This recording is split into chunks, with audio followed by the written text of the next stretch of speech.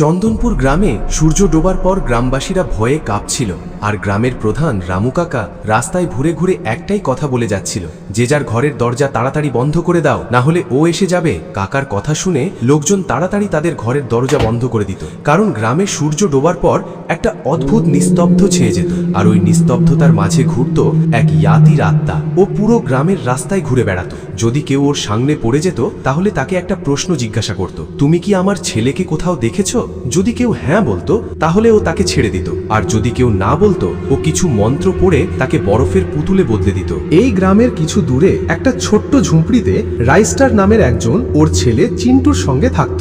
রাইস্টার অত্যন্ত গরিব ছিল আর সারা দিন রাস্তার পাশে বসে ভিক্ষা করত। কিন্তু একদিন সন্ধ্যায় রাইস্টার রাস্তার পাশে প্রতিদিনের মতো ভিক্ষা করছিল। তখন ওর ছেলে চিন্টু হাঁপাতে হাঁপাতে ওর কাছে আসলো আর কেঁদে বলল, বাবা, মায়ের খুব শরীর খারাপ, মায়ের সাথে দেখা করার জন্য আমাদের অন্য গ্রামে যেতে হবে। এই কথা শুনে রাইস্টার সময় নষ্ট না করে তাড়াতাড়ি ওর বাইক বের করলো আর চিন্টুকে বসিয়ে সোজা রামপুরের দিকে বেরিয়ে পড়লো। যখনই ও চন্দনপুর পৌঁছালো, হঠাৎ ওর বাইক বন্ধ হয়ে গেল। ও বাইকটা সাইডে দাঁড় করিয়ে চিন্টুর সাথে হাঁটতে শুরু করলো, আর হাঁটতে হাঁটতে ও দেখলো পুরো গ্রামের চারিদিকে হইচই লেগে আছে। লোকজন ভয়ে যে যার ঘরের দরজা বন্ধ করে দিচ্ছে। রাইস্টার এইসব দেখে কিছু বোঝার আগেই একজন মধ্যবয়সী লোক তার কাছে আসে আর ওদের থামিয়ে বলে, মনে হচ্ছে তোমরা দুজনেই এই গ্রামে নতুন।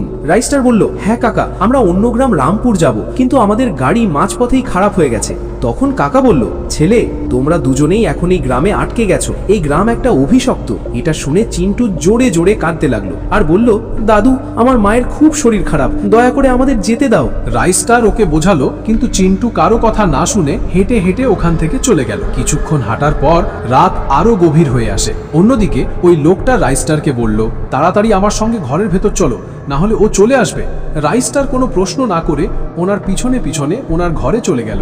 ভিতরে যেতেই ওই লোকটা দরজা বন্ধ করলো আর রাইস্টারকে বলল, ভালো করেছো, তুমি আমার কথা মেনে নিয়েছো। তখন রাইস্টার জিজ্ঞেস করলো, কে সে আর কি এই অভিশাপ? তারপর কাকা বলল, আমাদের গ্রামে প্রতি সন্ধ্যায় সূর্য ডোবার পর একটা অভিশপ্ত ইয়াতির আত্মা ঘুরে বেড়ায়, আর যে ওর সামনে পড়ে যায় ও তাকে কিছু প্রশ্ন করে। যদি কেউ তার প্রশ্নের উত্তর না দেয় তাহলে ও তাকে বরফের একটা মূর্তিতে বদলে দেয়। এই সব শুনে রাইস্টারের গা কাটা দিয়ে উঠল, আর ওইদিকে চিন্টু গ্রামের সীমানায় পৌঁছে যায়। ও এগিয়ে যাচ্ছিল, ঠিক তখনই সামনে এলো ওই ইয়াতির আত্মা।